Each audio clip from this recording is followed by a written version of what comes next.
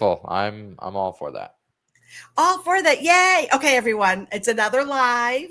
This time we're a little late because of what I'm using. I'm not going to say StreamYard, but StreamYard really, you could do a little better. Okay, so anyways, who is Jake? So Jake is in front of me. Jake, your last name is? Setterlun. Setterlun. I love it. Okay, so let me just say Jake is brave because he has no idea the questions I'm going to ask. That's On the right. other end, I don't know either. He's handsome as can be, so I won't use the word beautiful. And he is bold because he's going to share his story with me while I get ready. I'm going to sit back. And Jake, because this is no prep needed, which means literally I did no prep at all. I had to ask you how to spell your last name. That's seriously, right. No prep. You knew that coming in here. So let's have you introduce yourself. I'm so excited. Maybe he's a mortician. I am not a mortician. I'm sorry to burst that bubble. But no, I've been in the online space, kind of owning online businesses for about 10 years now. I started in college. I was 19 years old in school for engineering. And long story short, realized the corporate world isn't for me and got into trying to do my own thing. I started a little prototyping business. I learned very quickly that you can start a business and people don't just flock to you wanting to give you money. So I learned marketing, and then learning marketing kind of shot me into the whole online marketing scene with doing it for other people. And that's what I do now. I own a few different marketing agencies. I got a lot of other stuff going on too, but marketing is kind of my main gig. So behind you, I see, looks like plaques maybe. Yes. What is behind you? I'm not a music producer, I promise. Everybody says because they look like the plaques that you get for, lots of music views and everything. But so I don't know if you're familiar with ClickFunnels or Go High Level, but basically they give out different awards for doing so much business with them. I know that sounds kind of crazy, but each one of the awards represents a specific milestone that we've gotten. So the gold ones are for generating 7 figures in revenue. The silver, platinum ones are for 8 figures in revenue. And then the other black ones, you can't really see them too much, but those are for having X amount of users on Go High Level. So just some like a little awards that I've gotten over the years. So Jake, I grew up in the promotional products and awards business. My parents started the business over 75 years ago, 1955. Do I know awards? And it's not a little award. And those awards they look expensive. They weren't, $10. No, and so I don't know. Everyone tell Jake he should not be like downplaying the fact that you got these awards. That is huge, huge, huge, huge. And they do look great. I remember years ago, we used to do for American Idol when they were at Disney, and we would do the American Idol with the it was really cool. That's awesome. Those are beautiful. So congratulations. I think that is huge. So I appreciate it. So I know a little bit about High Level, but I think for my listeners, the 3 of them out there, maybe you should share about High Level. I can do that. Yeah. So High Level is an all-in-one marketing tool.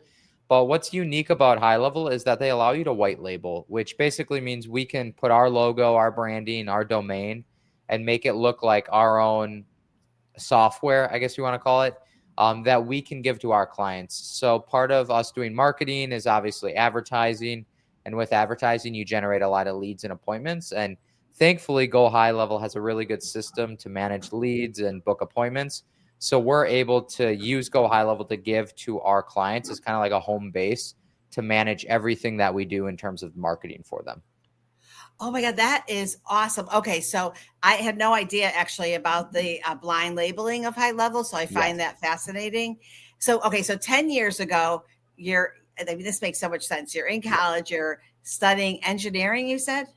I was studying engineering, correct, mechanical engineering. Okay, that makes sense. And then you kind of gravitate towards digital marketing. Is that what that's?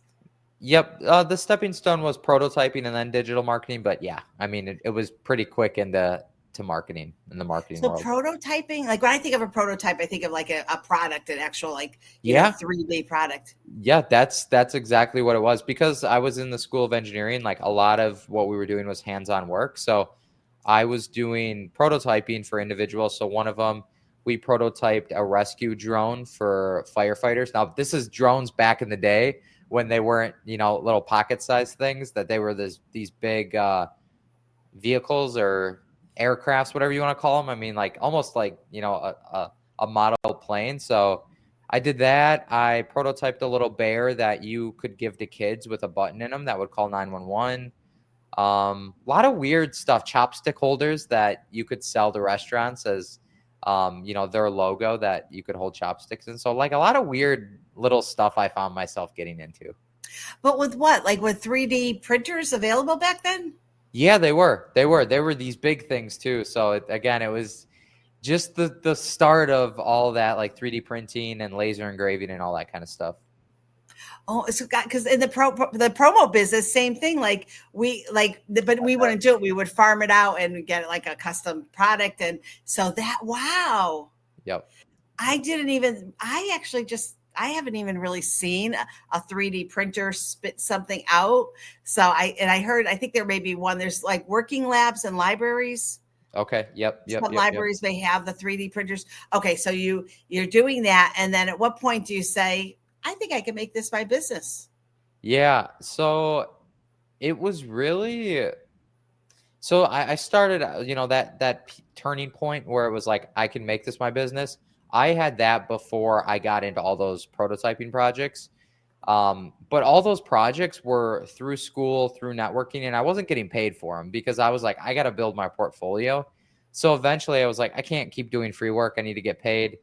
I learned marketing because I was like, I could try to get some customers. I had a little bit of a portfolio, and I realized like this marketing stuff is great. I don't have to leave my house. I can do it all from home. I can just sit by my computer and talk to people and work with clients. So that was like, okay, like I'm done meeting with people. I'm done doing free work. I'm going to start this marketing agency and get into that whole realm of things. And it was really just a decision that I was like, hey, like I could do this from everywhere, that nomad life or remote lifestyle where you could work from home.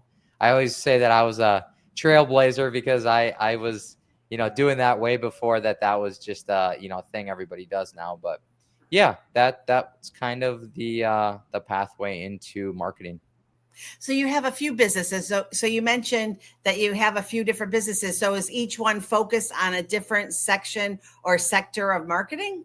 Yeah, so it's a couple different products and then a couple different sectors. So our main, I call it like my main gig, but like our big company is high level, and then the same product just taken into different industries. So we're in real estate, insurance, home services, health and wellness. That's kind of our big gig, big company. And then we have a couple other agencies that offer different services, completely different from the big company, which those are more like different, unique things like SEO and stuff that we don't offer with the big agency. Okay, I love this. All right, so I've been talking about this for the last couple of days, and I want you to like totally be honest, say, Adrienne, you're wrong or you're right. Yeah. So what I find, so I'm the LinkedIn whisperer. I love LinkedIn, and I'm really good at LinkedIn, and I do lead generation for my clients, and I, in essence, show the juice, and then I do that. I have a lot of niche markets, but not that this is about me, but I do, being 35 years in the promotional products business, I had an opportunity to work with pretty much every business, including celebrities and their, fan clubs and creating their company stores. Then I spent 8 years with SCORE as a certified mentor volunteer. So 400 hours a year. So when a company comes to me and says, hey, Adrienne, this is what I want you to do, I accept that if I understand the business or I'm willing to learn the business. So this week alone, I had one client that said, wow, you're giving me more time than someone who was doing it last year and did it, or, a year ago and wasn't even interested in my business. And then I had another person say to me, well, I don't know that business, so there's not really much I could do, but yet you took the job and you took this role. And so I started writing an article about this. Yeah. So I would like for you to talk about this, the importance of really knowing. So it sounds like you have niches, so that makes sense. So, hey, I know the real estate market. What is it like for a social media person? And make me understand why you would, as a social media marketer, take and not just social media, digital marketing, why you would take on a business if you're not willing to really learn and understand that business. And maybe that means, really going deep and to understand it. And how successful can you be if you don't understand it? That's a really good point. And I think it really comes down to how big do you want to grow? And I'll kind of clarify in that, because there's like those big agencies that work with Coke and Pepsi and like nationwide agencies. And we've never been one to try to get into that space. It's always been small businesses and focus down. And really the biggest thing I think is the market of, just marketing umbrella. Everybody does marketing. Their neighbor does marketing. I could find somebody on the street that does Facebook ads. Like it's just, that's how it is. And to be able to stand out, and I think, it's flip side, like to make money, number one, but then also to really produce a good result for your customer, you need to be honed in on like specifically, how am I going to market that customer? How am I going to market to the customer?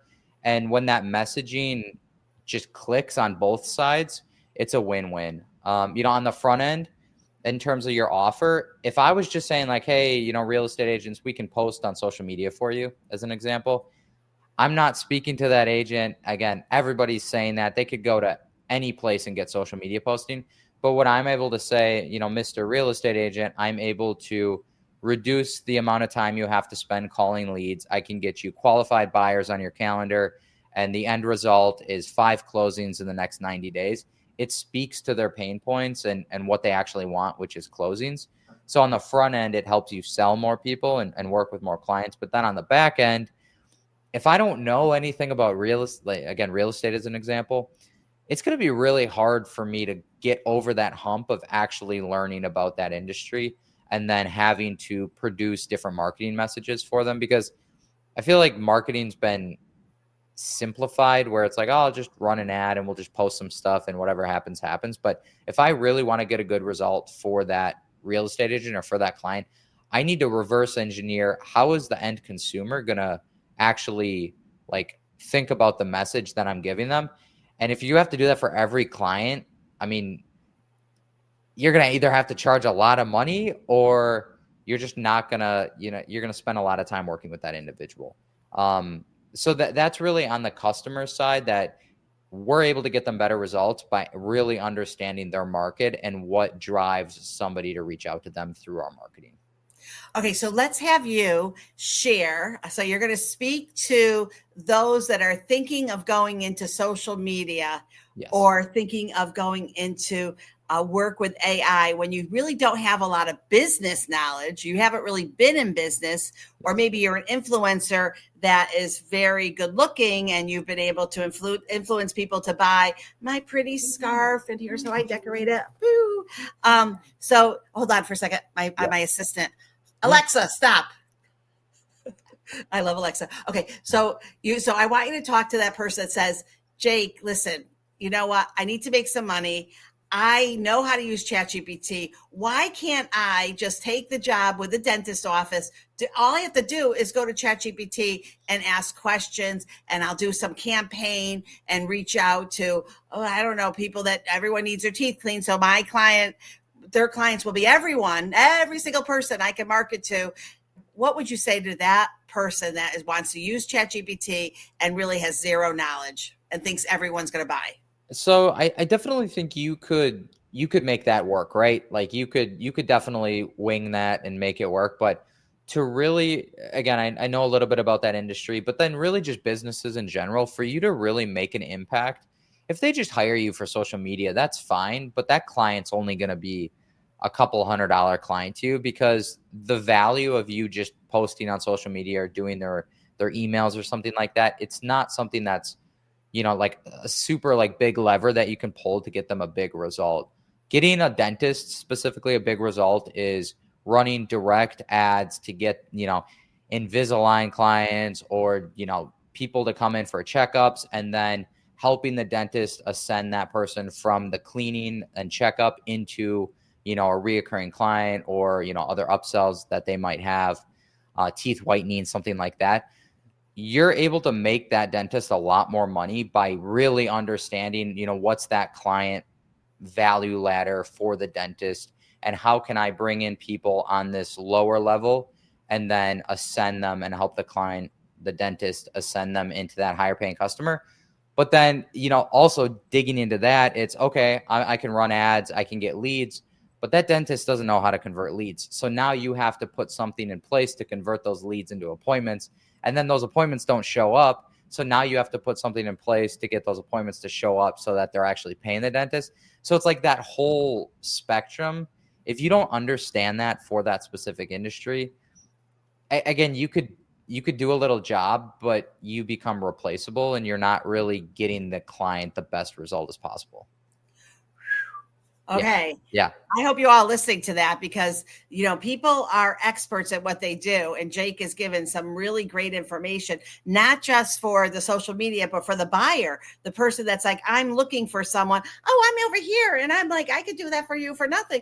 Yeah. A couple dollars. I'm okay. Or the cookie cutters, like people searching out there. I need dentist templates and all of that. Okay, next question, because I am absolutely loving this. Yes. Is but Jake, I all I need to do is I'm just going to follow.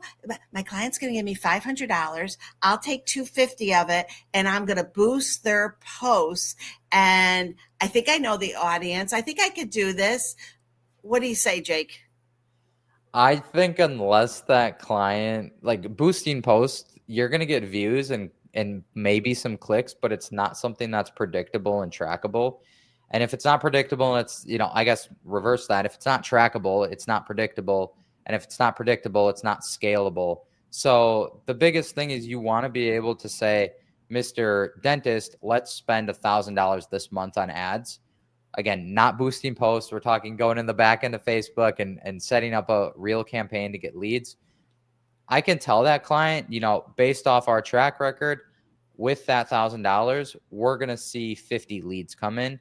And then we're going to start to track how many of those leads book an appointment, and then how many of those appointments show up, so that then you can go back to the dentist and say, okay, one client is worth $500 to you.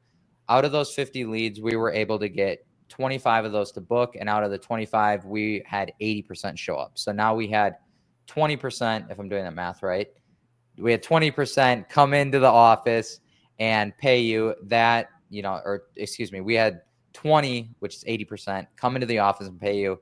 That 20 times 400 is worth $8,000 to you. You're paying me not 500 now, you're paying me 2,000. You're still making money, and go ahead, upsell that client into something else that's more expensive. So I love that. It's all, unfortunately, at the end of the day, it's like time is one of those things that if somebody wants to save time, they're going to hire somebody in-house, and you don't want to be that person. And that, as a freelancer, agency owner, consultant, whatever you want to call that position, you're not in that position to save somebody time. You're in the position to make them money. And if you're not making them money, they're going to find somebody else that can do your job that is going to make them money. Hey, Jake, I wonder how many thousands of dollars goes in the toilet that people spend. Because when someone says to me, can you do Facebook ads? My answer is always like, you are better off taking your money and throwing it into the toilet bowl, because I don't know what I'm doing, and you have to hire an expert, or you're in a committee and you're in a board. And then, so I could do the Facebook ads. You don't have to hire someone. And I'm like, oh, what are you going to do? And then they get all nervous, and then it turns out they're boosting. And I'm like, I'll say the president, you might as well just take your money and throw it in the toilet. Right? It becomes toilet water, because if you don't know what you're doing, and people just think that they do. So I want you to just really, really make it clear why, and the importance of hiring someone that really is an expert and what that means. Please, we need to just get this out there now. Yes, absolutely. So hiring an expert is going to be more expensive. Like it just at the end of the day is. But when we're talking about spending more than $100 a month on advertising, you want to work with the expert, because that expert knows how to get results. They don't know how to get views. They don't know how to get clicks or likes on a post. They know how to actually get people coming to your business. And it's worth it in the long run to pay somebody more to get you real results than it is to, cheap out, pay somebody that can just, maybe do it. And again, they've never actually, they don't have a track record. They've never actually gotten those results before. So it really comes down to like actually getting a result on the work that you're paying somebody, or on the money that you're paying somebody. You want to get a result for that. I think it's valuable information for those that have a small business and are saying to themselves, I need someone social media. Should I hire Joe's daughter who's 16 and she said she could do it? No, you don't do that. No. Okay, let's switch gears for a second. Funnels. Now, first of all, I like my funnel that I can put my little magnesium in and my little, whatever. But funnels, I will tell you, I am not loving funnels. I'm not a funnel lover. I personally don't want to do a funnel. And I had a situation with a funnel. So going to a big event was booking, and all of a sudden it had the price, right? So I said, okay, I'll do the silver price at $49.99. I don't need to do the gold. Then I went to go pay it, clicked it, and got into another one. And it said, do you want to want to upgrade for $50, learn more? Guess what? When I click learn more, guess what happened? You got charged. I'm like, this has to be against the law. That I did not charge. I did not say I want to be charged. Yeah. Like, why are you charging me? And I'm like, that is crazy. And the worst of it, it's not even like a good deal. So first of all, it was like, oh, you can now get the next ticket for your friend for $34. And we were both doing it at the same time. So I was like, oh man. But then she didn't click the learn more. I clicked the learn more. I got the charge. And yes, they're going to refund me in 10 days. But I was like, this is why I don't like funnels. And then going, and now I'm getting more emails, and I do sometimes, I don't know what to liken it to. I want to say used cars, but I know it's not there, but I just don't, so explain to me, talk to me, like with me say this, I don't want to do a funnel because I just think that it's just constantly trying to get them to buy something. And sometimes they're buying things that they don't even want because they click this. This happens a lot. I try to support a business. Yeah. So I'll go, okay, I'll go for the $9. That's fine. Whether I use it or not, I'm happy to support that person. Next thing you know, I'm like $200 later. What the heck happened? So help me, Jake. Help everyone out there. Yeah, absolutely. So first off, I will challenge you on your idea of funnels, because that is definitely a funnel.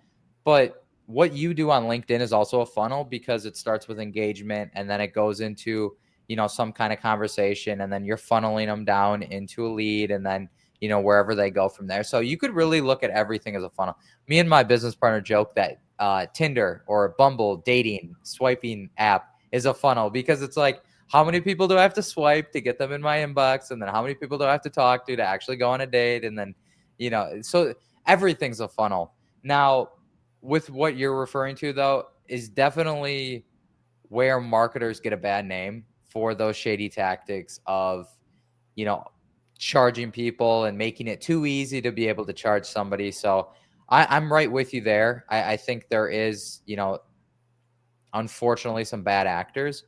But what I will say is, even though you don't like that, there is definitely a place for those funnels and upsells and upgrades.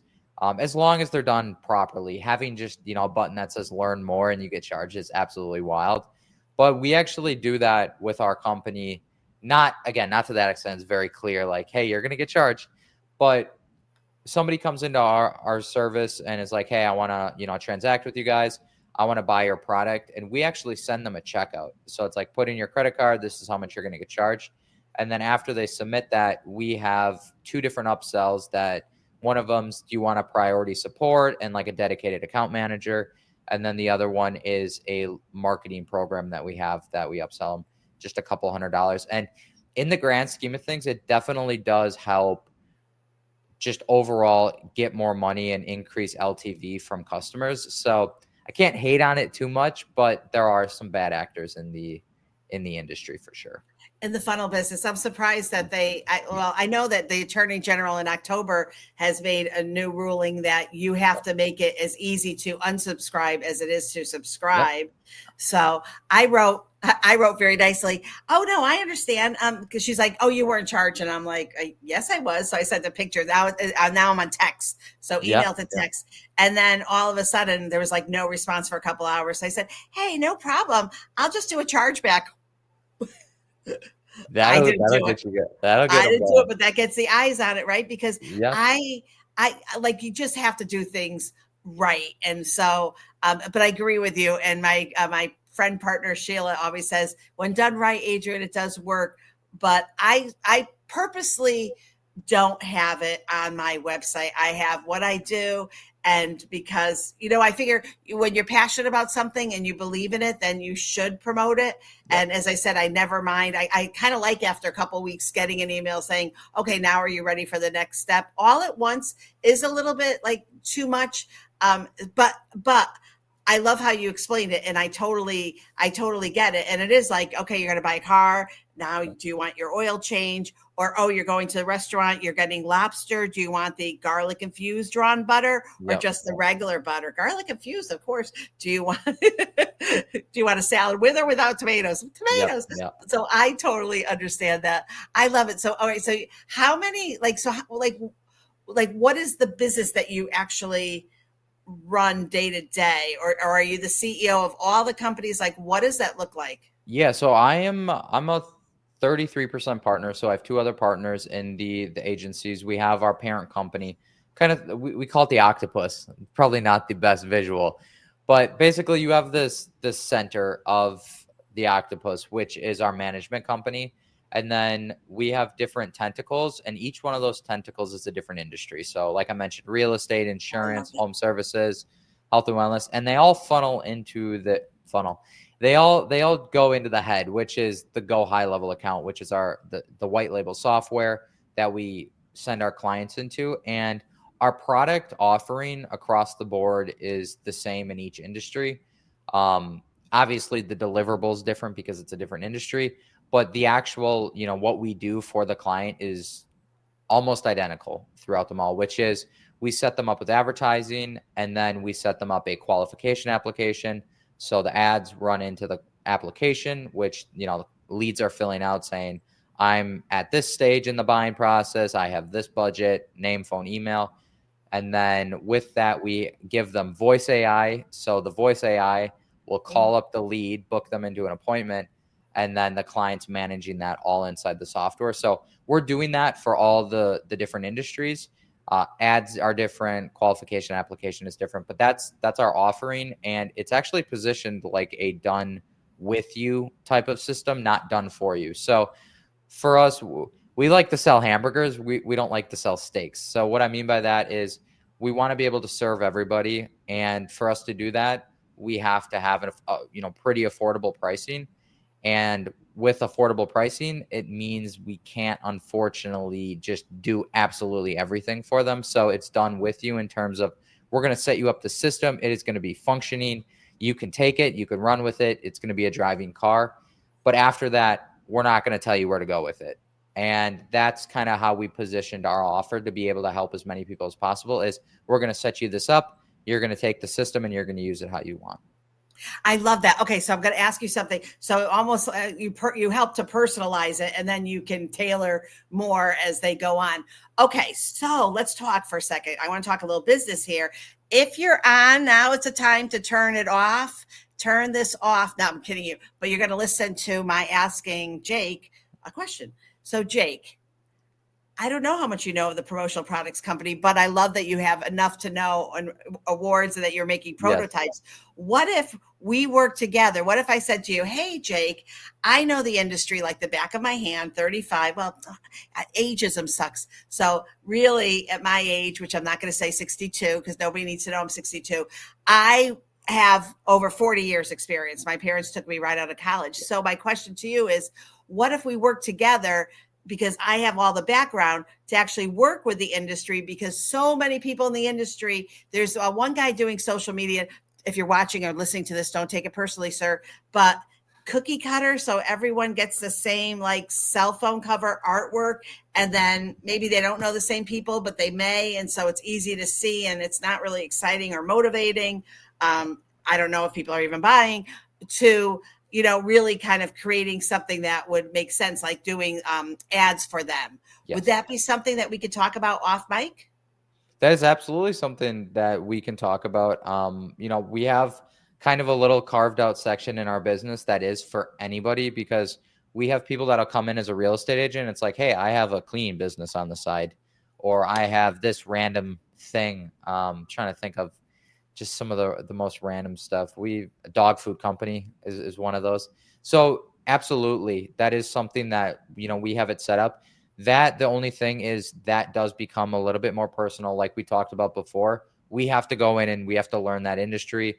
And there's a lot less warranties, guarantees, whatever you want to call it, where we're very transparent. Like, hey, we can help you set this up. We can't guarantee anything. We don't know what the results are going to look like. We can work with you and give you our expertise. But it's a little bit less on the ad side because, again, we're not experts in advertising for award companies. We are experts in setting up the software. So we can set up the systems. We can do that. We're going to work with you on the ads. But, it's very transparent in terms of, we don't 100% know if you're going to get any results. I could be your EOD though, your expert on demand. And then that way you've got the knowledge. You can help me to help the industry, because I see an industry that really has an issue with trying to, do these cookie cutter and templated, so I concentrate on LinkedIn because that's my jam and I'm really good at it. Which, by the way, is so weird to me. I get so many emails like, Adrienne, would you like 161 leads? What would I do with 161 leads? I don't even. And the other thing too is I'm in people's LinkedIns. Like, I actually am in their LinkedIn doing the work for them. So I'm not going to give their LinkedIn to someone else to do. So by my own virtue and ethics, I have, put myself in there. But there's other things and other programs and other ways. And a lot of them love Facebook, which is great. I have a Facebook, but it's like, just more like, look at me, I'm eating lobster today. Ooh, ooh, ooh. Or Instagram, right? Or TikTok. It's really, funny. I'll sing out loud in a restaurant just to get kicked out. Like, the funny things that we do. Oh, by the way, I don't know. I have to mention this. Chatter. Have you heard of Clubhouse? I have. I've never used it. I do know what Clubhouse is though. So I'm on Clubhouse Thursday morning, 7:30 to 8:30. There's about 200,000 people in Breakfast with Champions, but there's so many other groups. And then Nelson Apega, who has a great story himself, he started Chatter Social, which is a real experience. It's audio and video. So you could be like this on the phone. And then there's a podcast called Debate the News, which is now number 5, where you have real live people on camera with an amazing, Jerry Malcolm's an amazing like DJ and moderator. And they have the right and the left coming together to talk politics, arguing. Grant Cardone comes on almost nightly. He came on last night, even though he's like losing his voice. He looked like he was exhausted as can be. Cindy Stumpo from Stumpo Developers. Cindy's like a most amazing woman developer. So you've got some great people. John Ledger comes on. There's a lot of great people. Singers come on. So anyways, but it's a fun app. And I always say, if you know social media, get to know Chatter Social, because V2 is coming and it's pretty incredible. Right now it's by invite only. It's public beta, so I can get you the invite, but it is something that's so unusual. I was working with a client today who has beautiful crystal bowls, and I'm like, you could literally be selling on Chatter and have your video and you're sharing things. Kate those are soap. So there's a lot of things that you could do. A lot of realtors on Chatter Social. As a matter of fact, mortgage syndication. There's a lot of people that's doing amazing things. Many of them are now in Las Vegas with Grant Cardone and his TEDx. So there's a lot going on. Anyways, just to say that. I had a chance, Jake, to talk to Grant Cardone. I mean, who wouldn't like that? A lot of people love that. You can either go on and be a crazy person and like call him names and stuff like that, in a nice way as you're debating him, or you could be nice to him. But I love this. So what because I know that there's a lot of questions about challenges and the struggles, and just share some of the challenges and struggles or advice you give someone who is new. How much should they offer for free? How much time? How much do you have to really put in before you can start seeing paying clients? Yeah. So that's a really good question, because that's something that I'm super passionate about. And I know everybody has their own opinion on doing free work and honing your skills. I didn't make $1 for probably 3 to 4 years when I got started. Now, obviously, part of that was doing the prototyping, but even in marketing, I was building funnels, running ads, reaching out to people saying, hey, can I run some ads for you? Can I, do X, Y, and Z? I had a drone, now a little pocket one that could take pictures, and we would go out to golf courses and take free photos for them and give them like, hey, here's some promotional photos. And really just building up this network of referrals, but then also building skills, because didn't know how to run ads, didn't know how to build funnels. And I didn't really start capitalizing on it until I was like, okay, like I can do this in in my sleep. Like I'm that good at it. I know what's going on. I can talk about it. And I'm not a salesperson by any means. Like, I'm not that traditional, look good, good words. Like I'm just not that person. But I could get on sales calls and really be like, what are you currently doing? Oh, that's not right. Like you need to do this, this, this.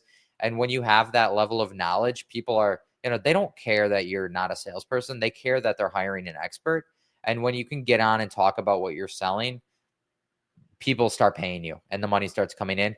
It also led me into my first partnership that it's the same individual I'm partnered with now, that we have all those companies. And I wouldn't have been partnered with him if I didn't know the back end, because he was the salesperson and he was looking for somebody that knew what they were doing. And if I didn't have those skills, I mean, he would be working with somebody else. So I think it's huge. I think honing your skills up front first, unless you're just gifted as, good looking, good with words, hone your skills and get good at something. I love that. All right. So tell me, just let me know if you think I'm doing this right. So what I love to do is give the juice. So I do a workshop. I give everything. I show you exactly what to use. I show you the software that I'm using, how I'm using it. And then inevitably there's, someone that says, I love it. I want it, but I don't have time to do it. And Adrienne swoops in and says that I'm here, but I want you to see what I'm doing and understand it, because at one point in your life, you may just say, you know what, Adrienne, let me take it over. Or I've got the time now, or I lost a couple clients and I need to concentrate on, whatever it may be that the reason, but I find that works really well. So I give all the juice away. I don't do the workshop where, come on to my workshop. I'm going to teach you 3 strategic, blah, blah, blah. Yeah. And then next thing you know, you're like, well, I didn't even, okay, but I don't know how to put this in. I really make sure that they know everything. And then I do the work. And I'm actually very different too, is that I invoice 2 weeks after I do the work, so that there's really no risk. Nobody's ever burnt me, except for that one guy in New York. Do you remember me? He paid me $100. This is what he did. He pays me. It was like $200. He pays me $100. I fired him because there's no pleasure working for him. Working with him. I fired him. And then he was like, I'm only going to give you $100 and I'll give you the other 100 if you have me come back, if you accept me again. And I'm like, dude, I'll pay you not to I'll pay you to go away and find someone else, because I don't want to work with you. Right. Like that's the thing as a business owner, we're not here to listen to your meanness because of whatever reason you're being mean today. So but other than that, that's really has worked for me. Yep. And what would you say? Love it. There's a lot of good lessons out there about leading with education, and you're going to get it back, reciprocation, and you're playing the long game too. You're somebody that people are going to look at as an authority. And, again, down the road, the business is eventually going to come back. But that's so funny that you do that, because it's a big piece of our business has always been going against the grain. Everybody's charging through $2,000 a month. We're going to charge $2,000 once, and you're going to get our system for life and a little bit of support fees. Like, we've always been against doing what everybody else is doing, and you do just that, because everybody's like, hey, pay me and then I'll start working. And you're like, I'll get in there. I'm going to start working, and then, I'll invoice you, once we're going. And it's so funny. That's the traditional way of doing things. But now everybody is, I want to get paid up front. I love it. I'm here for it. I love it. Yeah. I also do unreasonable hospitality. If I'm working with my client and I'm like, okay, leads are going, but not as great, I'll hey, I'm going to throw in a newsletter for you. And I'll start doing their newsletter, and I'll just give them more value if the lead gen is not necessarily working as well. Or, hey, let me just do posting, or I'll get you booked on podcasts. So I put the other, what I do when I see, but I am unreasonable hospitality. You can reach me. I also let them know I don't have Jake, call me between the hours of 2 to 4. Otherwise I don't check my emails. And I'm like, no, and everyone, Dora Maria, I know you're listening going, Adrienne, but I don't have boundaries. I give my cell phone out. I shout it out to the world because I want people to reach me. And I can tell you how many people on LinkedIn, I'll do their LinkedIn for them. First thing I do And it's not, there's another woman who does LinkedIn, but not like me. And she said, first thing I do is find out what their intent is. And that's true, but I like to find out who their client is and if their client is actually able to be found. You can't find a chunky 62-year-old woman who wants to lose a little weight. Well, I'm losing like 40 pounds, but like you can't really find that. So the first thing I do is if your client is not there, then let's just get you to look good and you don't have to use it as a lead generation. But if your client is not there, then I want to go strategic with you. But so many people, I go to their contact information first, and it is crazy. The other day it was, I love this guy, but he said, oh my God, that hasn't been my phone number or email for 5 years. And I'm like, imagine how many people were trying to reach you. And guess what? They moved on, right? Like I know how I am. If I don't have a phone number and I can't reach you and there's no number on your site and you have an email and you don't even have your email, you have a submit and your submit's not working, right? Because all of a sudden you drop that program and now you don't have anything to submit and it's dead air. Bye. I don't care how great you are. I just moved to someone else. So come on, people, you've got to, people, it's always like the last, right? The cobbler's daughter didn't have shoes. No, you need to have shoes if you're selling shoes. That's really important. Absolutely. Jake, it's crazy. All right. What did I miss telling you? What did I miss asking you that you wish I asked you? Nothing. We talked about a lot. Those were all really good points. I mean, we talked about offer and I mean, you want a crazy story? We tried to, we when we first got started and we were scaling up, we scaled up very fast to a lot of money a month, and all of our back end was outsourced. And it was a relationship that was really good in the beginning. As we scaled, it fell apart. We heard from clients like, hey, this isn't working. Like, we're complaining. And we started to transition that in-house. And we thought it was a good idea to open up an office in the Dominican Republic that we had never been to. And we had about 20 people there. And that didn't turn out very well. Long story short, everybody's remote now, but in-house, we're not outsourced or anything like that. But that's probably one of the just weirdest stories that I always tell everybody because they're like, that's wild. So I love stories of failures. Who don't? We learn from that so much. I absolutely love that. Jake, I am so glad that I didn't prep for you. By the way, I don't prep on purpose because I just love when someone says, that's a great question. Because I'm like, yeah, because I thought about it top of my head. I don't have notes, paperwork. There's nothing on me. I don't have anything because this is good for me too. I get to introduce you and meet you and help to support your business. Where are you located? I am in Milwaukee. In the Midwest. Oh, are you getting warm? It hit and miss. It's that time of year where it was snowing yesterday and today it's about 55. So it's my gosh. I'm in Daytona Beach, so sorry. Be jealous. No, okay. So I absolutely love this. So by the way, this went live and then I turn it into a podcast. So I have a producer. By the way, I'm a podcast producer myself of 2 shows that I absolutely love. I just do it because I really, really enjoy it. It just makes me happy. But I do love booking people into podcasts. If you want to add that, I can show you how to do that too. I love helping businesses grow. So I love this. I love someone like you that is marketing, that's smart, that I could refer you. And let's just hear, I know you started off, but let's just end this because on Clubhouse, we've been talking about being credible with your tagline and who you are. So you are on LinkedIn, so I will reach out and make sure that I put the LinkedIn. Beautiful. But let's just say I'm meeting you now. I meet you in that elevator. Hey, Jake, where are you going? Jake says, in the 20th floor. And I'm like, oh, we have time. Can you tell me about what you do for work? Yeah. I like to tell people I'm a digital architect is what I tell people. I don't like saying entrepreneur. I think it's just cheesy. So I say digital architect. I build stuff online. That's really what I do. That is beautiful because if you said digital architect, you're going to ask, well, what does that mean? What does that look like for you? So you're starting the conversation. Woohoo! Glenn would love that, right, Glenn? Okay, so you are fantastic, Jake. Thank you so much for your time and for understanding the StreamYard issue. I don't even know what happened, but it worked. And so, yay. All right. Thank you so much. Oh my God. It was so nice meeting you. I really enjoyed this. I can't even thank you enough. So